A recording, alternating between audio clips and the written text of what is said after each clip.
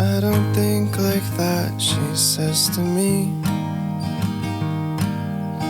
I can't help but feel the subtleties. So if it all expires, I guess the date's not what it seems. But I can't help it, boy, she says to me. I'm not sure I truly gave my best. Made a home but still feel like a guest.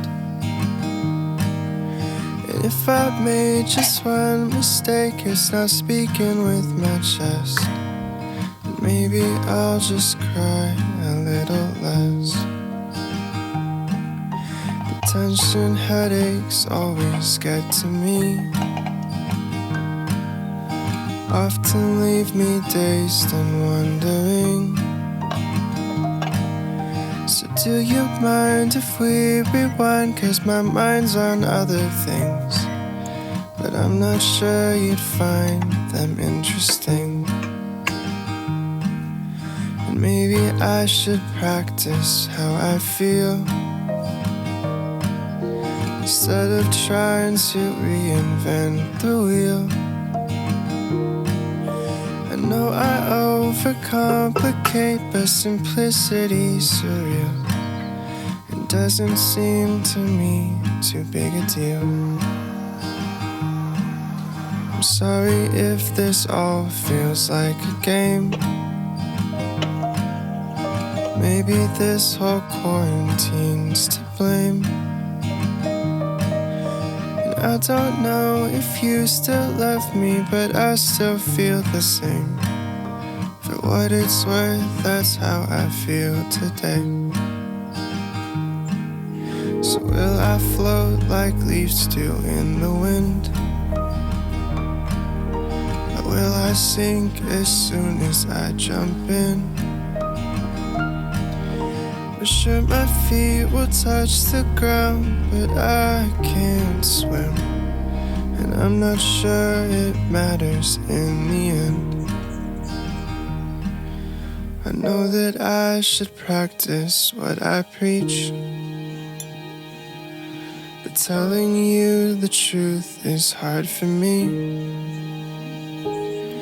So Jesus, could you help me out? 'Cause I'm bursting at the seams. Hey everybody, and welcome to my channel. So if you're new here, my name is Julianne, and I'm really going through some self-exploration right now with my relationship to myself and my relationship to the outside world through nature, social media, and all these like outward influences. And I'm really trying to just be happy and just be generally happier, more content, more satisfied with myself and with my life, rather than being so caught up in social media, being so caught up in trends and comparing myself to others so much. I just want way less of that. I want way less stuff.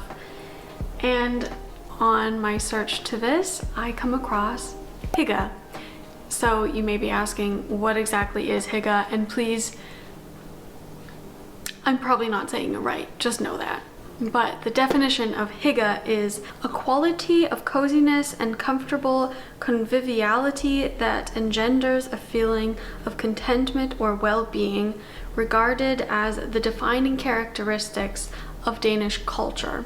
And this really just means being comfortable, being friendly, being content, and just having a feeling of well-being. And I've really come across this actually just in the last year. It has been a lot more trendy now, but also in the last year I have come up with a new hobby, which is knitting. And most of my influence comes from all of these Danish knitters. I'm looking at their Instagrams and stuff like that, and I can kind of see their lifestyle, and I can see the HYGGE. And I think it was actually a few years when HYGGE really went mainstream. I can't remember what year it was exactly, maybe I'll put it in, but There was the Little Book of HYGGE that came out. There were all these people talking about how to include HYGGE into your lifestyle. And it was all physical things like have more candles, drink more tea, wear lots of cozy sweaters and big socks.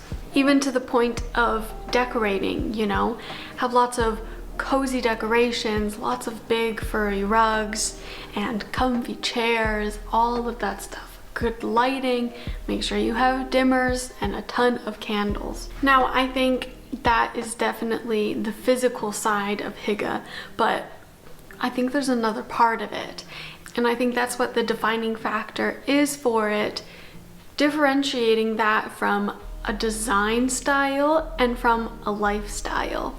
And so I think there's some emotional aspects that go into HYGGE, such as being present, creating a home environment that you feel good in, making sure you have a healthy work-life balance, having general thankfulness, spending more time with the important people in your life, and having some relaxing hobbies. And now, so this is just my opinion, but I think that this is more of what HYGGE is, rather than, you know, having candles and teas and lighting and rugs. I think that's what makes it something that's easy to understand, a design representation. But if you're looking into HYGGE for the lifestyle and for the contentment, for the happiness, then I think the emotional aspects are much more important for bringing joy into your life.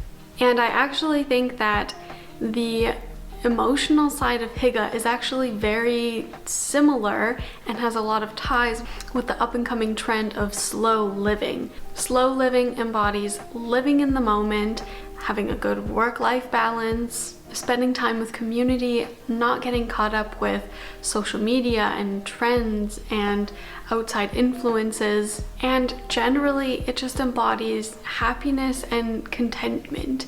So just with me, close your eyes and just imagine yourself. Just imagine being content. Imagine not really craving more, not thinking about the future so much, about one day we're gonna have a house. One day I'm gonna have a bigger garden.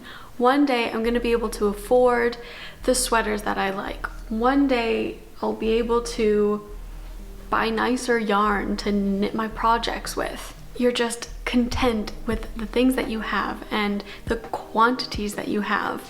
And do the same thing with happiness. Think of yourself, just imagine yourself being totally happy. It definitely comes through phases of being more happy and less happy. It's not good to be constantly at the top of your game happy, but just imagine being a little bit less sad, or going through the winter. If you get a little down in the winter because it's dark and it's cold, imagine that not being as strong. And I know a lot of people have said it's kind of difficult to explain HYGGE because you can't translate it.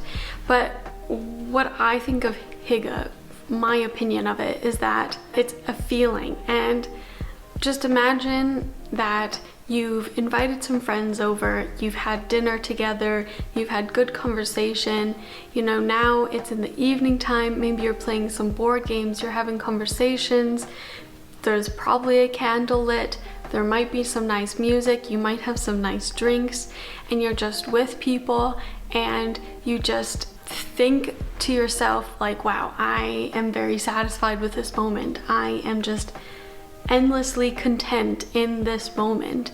I think it's just creating more of those moments.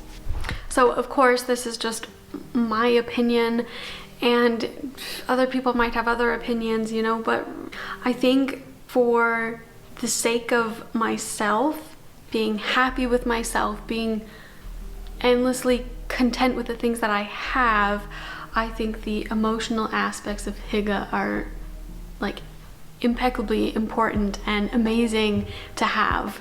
Naturally, you're gonna need some balance. You can have a very nice home, but if you have no community, if you have no friends, then you're not gonna feel as complete, rather than, you know, you're gonna spend some time at home no matter what. So it's good to at least create one space that you feel very happy about, that you just love, even if it's just a corner of your flat or of your house.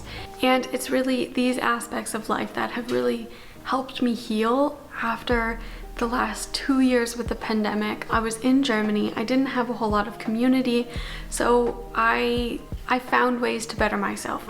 I made a nice spa in my home, I started a nice hobby, and I had to go out and I had to look for community. A lot of that was from my husband, which I am totally grateful for, but I also had to reach out for others too. I reached out to his family, to my family, just finding the connections, and it helped a lot. It did help so much. So maybe if one of you guys out there are struggling a bit, maybe you can look into HYGGE, and I do think that it can help some people and just help you feel happier and more content. And of course, if you like this video, then please give it a big thumbs up. It really helps to support my channel. Also, make sure to subscribe to my channel to see more videos from me in the future, and I will see you guys in the next one. Bye!